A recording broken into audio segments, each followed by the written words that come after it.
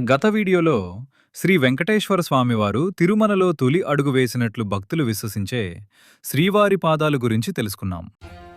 ఓం నమో వెంకటేశాయ. తిరుమల సాక్షాత్తు వైకుంఠమే భూమిపై అవతరించిన పవిత్ర క్షేత్రం.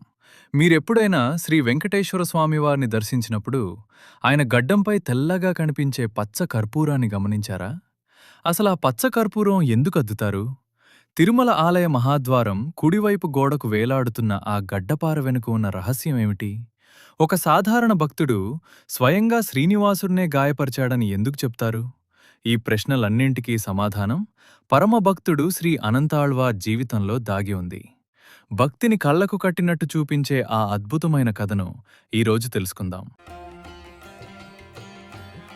11వ శతాబ్దం శ్రీరంగంలో శ్రీభాష్యకారులైన భగవద్ రామానుజాచార్యులు తమ శిష్యులకు శ్రీ వెంకటేశ్వర స్వామివారి మహిమను వివరిస్తున్నారు. ప్రవచనం మధ్యలో ఆయన ఒక ప్రశ్న అడిగారు. తిరుమల కొండపై స్వామివారి కోసం ఒక అందమైన పూలతోటం నిర్మించి ప్రతిరోజూ పూలమాలలతో కైంకర్యం చేసే భాగ్యం మీలో ఎవరికి కావాలి? ఆ రోజుల్లో తిరుమల దట్టమైన అడవి, క్రూర మృగాలు సంచరించే ప్రమాదకర ప్రాంతం. ఆ కారణంగా అందరూ మౌనంగా ఉండిపోయారు. అప్పుడే ఒక యువ శిష్యుడు ఆనందంగా ముందుకు వచ్చి, "ఆ భాగ్యం నాకు ప్రసాదించండి స్వామీ" అని నమస్కరించాడు. ఆ మహాభక్తుడే శ్రీ అనంతాళ్వార్.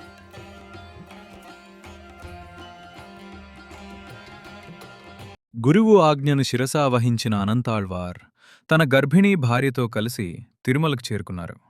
స్వామివారి కోసం ఒక నందనవనాన్ని నిర్మించాలని సంకల్పించారు. ఆ తోటకు నీరు అందించేందుకు ఒక చెరువును తవ్వడం ప్రారంభించారు. అనంతాళ్వార్ మట్టిని తవ్వుతుంటే ఆయన భార్య ఆ మట్టిని గంపలో మోసుకుని దూరంగా తీసుకెళ్లేది. ఆమె తీవ్రంగా అలసిపోతున్నప్పటికీ సేవ మాత్రం ఆగలేదు. అప్పుడు భక్తుల విశ్వాసం ప్రకారం సాక్షాత్తు శ్రీనివాసుడే సుమారు 12 ఏళ్ల బాలుడి రూపంలో అక్కడికి వచ్చాడు. ఆమెతో, "అమ్మా, మీరలసిపోయారు. ఆ గంప నేను మోస్తాను" అని చెప్పి సేవ చేయడం ప్రారంభించాడు.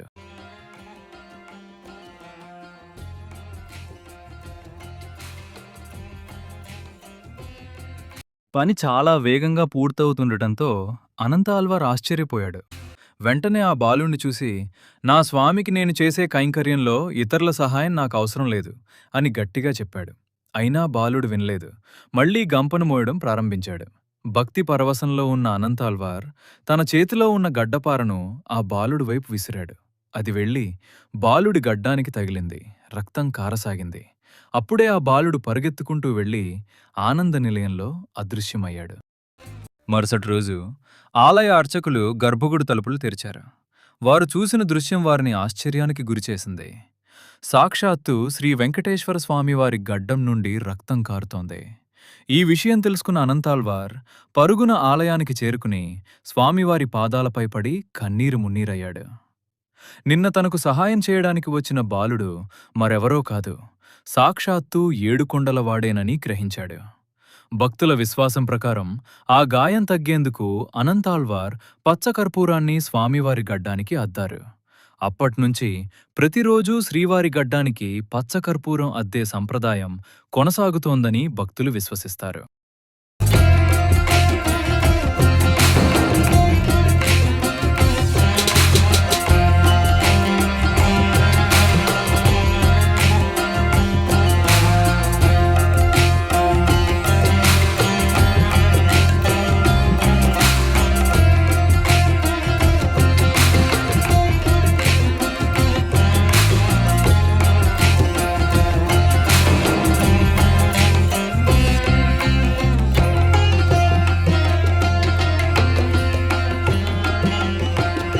మీరు తిరుమల వెళ్ళినప్పుడు ఈ పవిత్రమైన అనంతాళ్వార్ తోటను తప్పక దర్శించండి.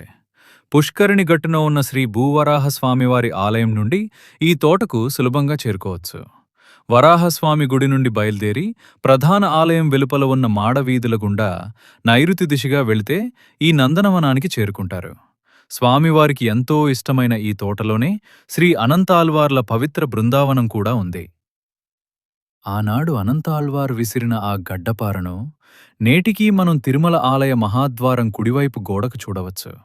అది శ్రీవారికి తన భక్తులపై ఉన్న అపారమైన ప్రేమ. తిరుమలకు వెళ్లే ప్రతి భక్తుడు తెలుసుకోవాల్సిన మరో ముఖ్యమైన విషయం ఉంది. టీటీడీ రూమ్ సులభంగా ఎలా బుక్ చేసుకోవాలి? ఒకవేళ రూమ్ దొరకకపోతే? ఆలయానికి దగ్గరగా, సురక్షితంగా ఎక్కడ బస చేయాలి? చాలామంది భక్తులకు తెలియని కొన్ని ఉపయోగకరమైన టిప్స్‌తో మన తదుపరి వీడియో రాబోతోంది. ఆ వీడియోను అస్సలు మిస్ అవ్వకండి. ఇప్పుడే మా ఛానల్‌ని సబ్స్క్రైబ్ చేసి బెల్ ఐకాన్ నొక్కండి. ఈ వీడియో నచ్చితే లైక్ చేయండి. మీ కుటుంబ సభ్యులు, స్నేహితులతో షేర్ చేయండి. కామెంట్స్‌లో ఓం నమో వెంకటేశాయ అని తప్పకుండా రాయండి.